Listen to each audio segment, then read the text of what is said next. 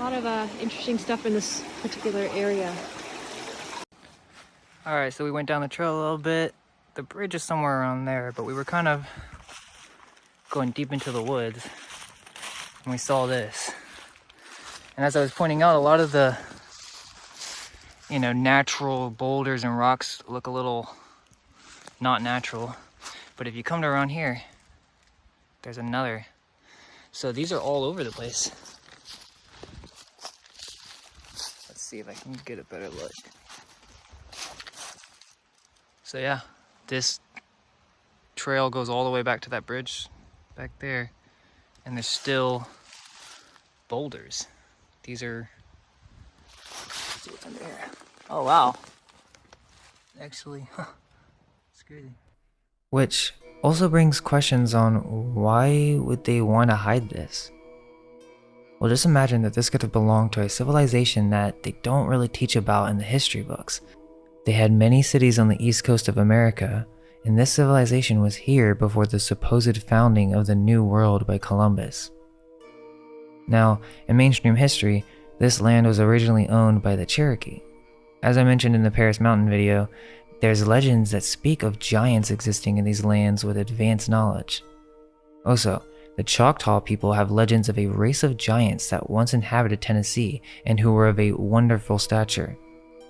According to Horatio Bardwell Cushman, in his 1899 book, History of the Choctaw, Chickasaw, and Natchez Indians, he says that Nahulo came to be used to describe all white people, but it originally referred specifically to a giant white race with whom the Choctaw came into contact with when they first crossed the Mississippi River.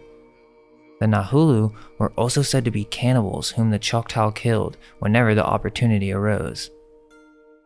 We've spoken about this in other videos, especially Tartaria Part 3 with the balding giants, so go check that one out. But it's also interesting that there are many castles in this area that each have their own backstory, but when we consider this concept that there were castles and perhaps an advanced civilization of humans in ancient times in these parts, the history tells us that they were cannibals, but perhaps there's two sides to this story. One being an advanced civilization that got hit by some cataclysm or for some reason went savage, and these new reset beings that experienced them began the pursuit of trying to destroy them, similar to Attack on Titan. These beings left behind many of their structures, and we found them and repurposed them, and that's what our downtowns are, and other remains of these old world architectures are deep in the wilderness and have become integrated with the landscape, becoming mountains and hilly landscapes. Many of these structures were purposely destroyed for covering up or using as resources to build other structures in the area. There are many parts of the terrain near here that had clear signs of being man-made.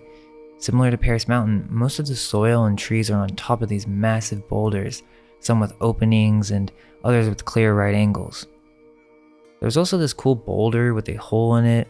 Maybe it's newer, but still indication that these boulders were being used in construction and they're all scattered about, meaning what if this terrain is on top of these massive boulders or old world structures? Where did they quarry all this and how did they bring it to such a faraway location? Okay, so let's just take a look at all the anomalies. The bridge does not look like a bridge, and as we brought up with the rise of the river, it's too narrow as an opening.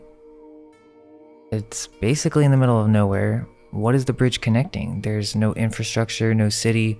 Why would they go through the effort of such a construction? There are no old pictures of its original state. The top is filled with uneven and destroyed stones that show clearly that something else used to be connected, yet there are no pictures or depictions of what this bridge or structure once looked like. It's Gothic and quite European, looking very similar to the stones used in Paris Mountain. Different sized stones than anything really from this era. It's buried into the ground similar to the dam in Paris Mountain. It's integrated into nature in such a way that it doesn't seem that it was actually constructed in this manner. It was found. Poinsett Bridge and Paris Mountain are both known to be haunted. Many who have come to Poinsett Bridge experience paranormal activity, ghosts, and hear strange noises. Quote, several locals say they have been unable to start their cars when they get ready to leave. A light is said to move toward them while they sit in their cars. They hear a loud scream when the light gets close. Screams and lights seem to be common experiences around here. Quote, I have heard voices coming from this area of the arch, screaming around the top of the bridge, and I have seen red, white, and green lighted dots floating on the mountainside, similar to a lantern. Screams are often heard at night, which some attribute to the way it was built, allowing air to pass through and producing odd noises. Now I find that interesting that it allowed air to pass through as other old world devices that were used for harnessing free energy. Possibly this explains why this area is so metaphysically charged. Is it because there is something resonating from the structure, or maybe from underneath it? Quote, people have reported lights coming towards them. Some say like lanterns or orbs, or lights of various colors. A large white figure has been seen by several visitors. There's also an Indian burial mound nearby, and interesting other stories that account for spooky activity tell of a mason who died during the building of the bridge, with his body forever trapped inside.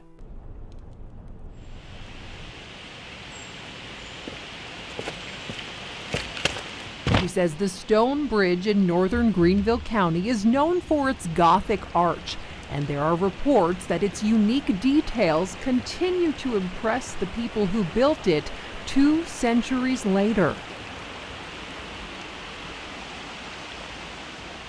There's mention that there were 2 former workers that enjoyed their work so much that they come back and visit the bridge at nighttime. According to this survey from 2004, those visitors are 2 Irish masons named Danny and Denny. But Shanna says not all of the people who worked on this bridge survived to see its completion. Interesting that it was made by Irish masons. And as I mentioned, it looks very similar to the dam on Paris Mountain, in terms of the stones used and the surrounding terrain. That tower also looks like a round tower, and they claim that it was built by a water company. We're just given a history, and the experts just take it as fact. They never really question the education system's textbooks. The reason to hide these structures is that it would destroy the mainstream history that we're given.